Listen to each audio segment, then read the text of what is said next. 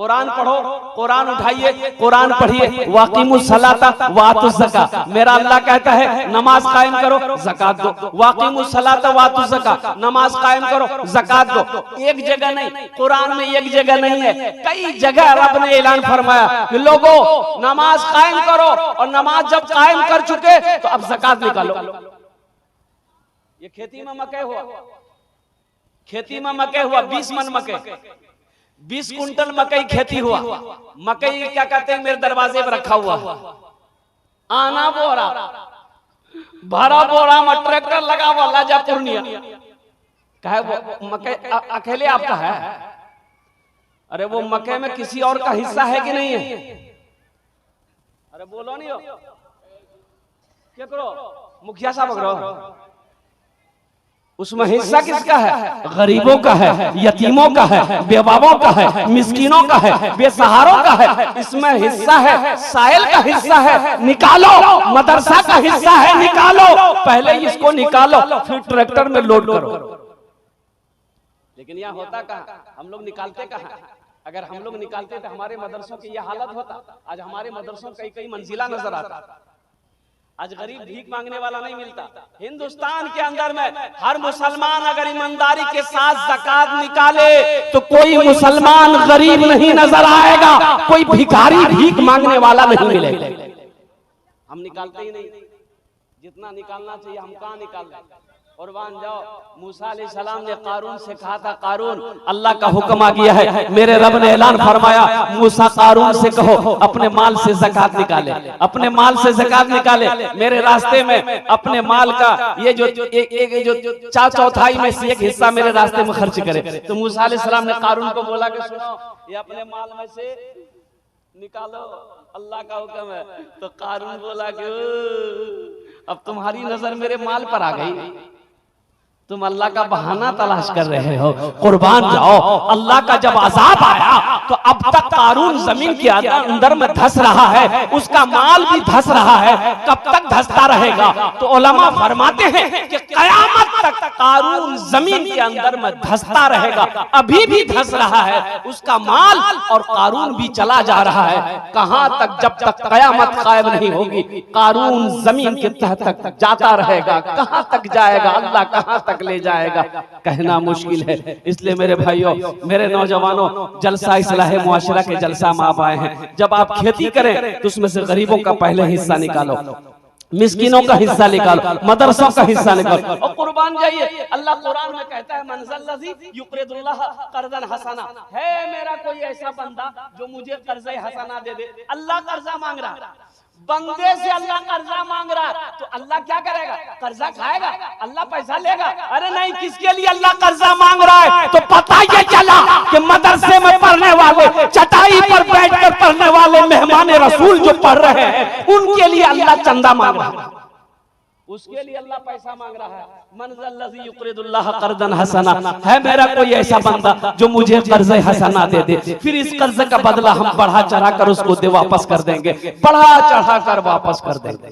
आपकी इजाजत हो तो एक मतला एक शेर मैं सुनाना चाहता हूँ, इंशाल्लाह सुनेंगे।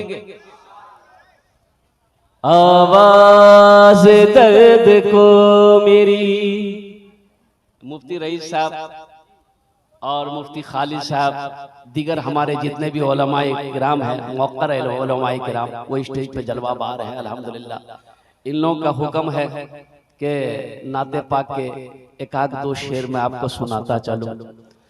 आवाज़ दर्द को मेरी इतनी रिसाई दे,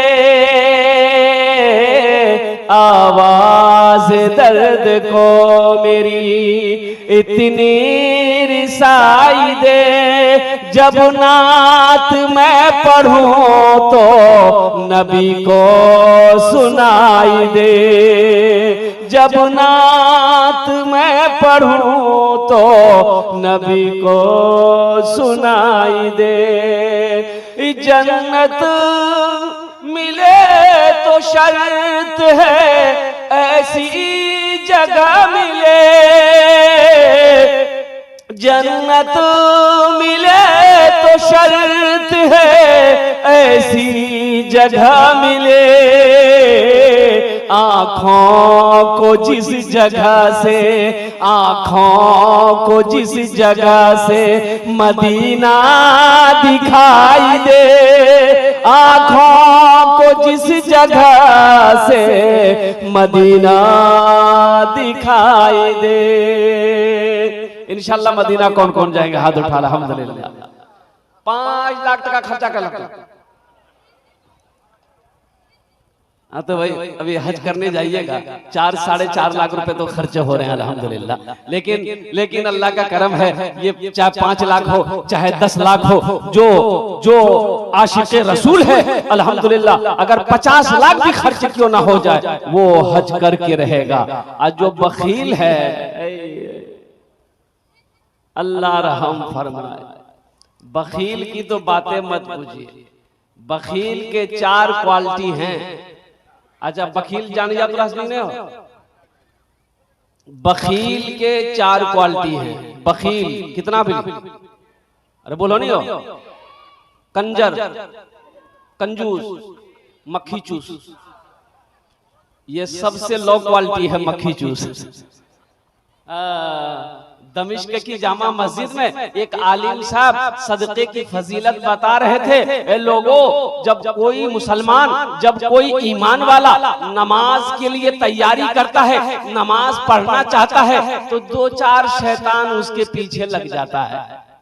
जब कोई मुसलमान, जब कोई नबी का दीवाना रोजा रखना चाहता है, 2-4 शैतान उसके पीछे लग जाता है। लेकिन जब कोई मुसलमान सदक़े की नीयत करता है, सदक़े का इरादा करता है, तो 70 शैतान उसके पीछे लग जाता है। कितना शैतान लगता है? बोलो भाई कितना शैतान लगता है? बोलो भाई कितना शैतान लगता है?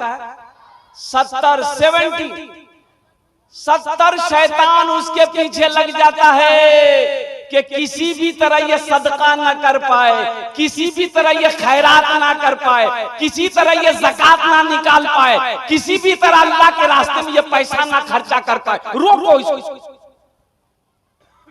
तो इमाम साहब बोले कि ये मजमा में से कोई नौजवान है जो 70 शैतान को हरा दे। एक नौजवान खड़ा हुआ, बोला कि शैतान की ऐसी की तैसी।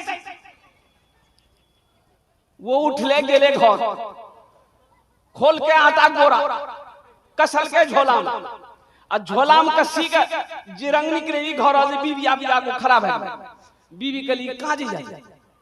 बोले मैं सदका कर लीजिए। काम धंधा तो पूरा छन ने, एक तो कमावे जाने आ घरों में रख लो आटा जी, सदका करे। चुपचाप मारे आटा रखो, लिया आटा रख दीजिए।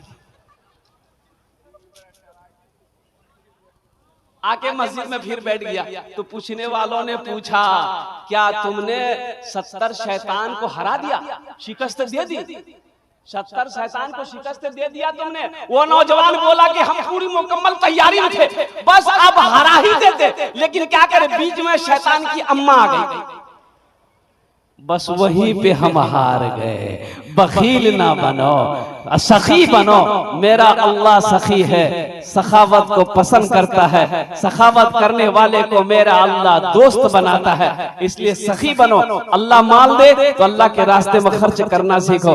एक बात याद रखना, मेरा रब कहता है मेरे बंदो, मैंने तुम्हें माल दिया है, मेरे रास्ते में तुम खर्च करते रहो। तुम खर्च करते रहोगे, हम तुम्हें देते रहेंगे। अगर तुम रोक लोगे तो हम भी रोक लेंगे।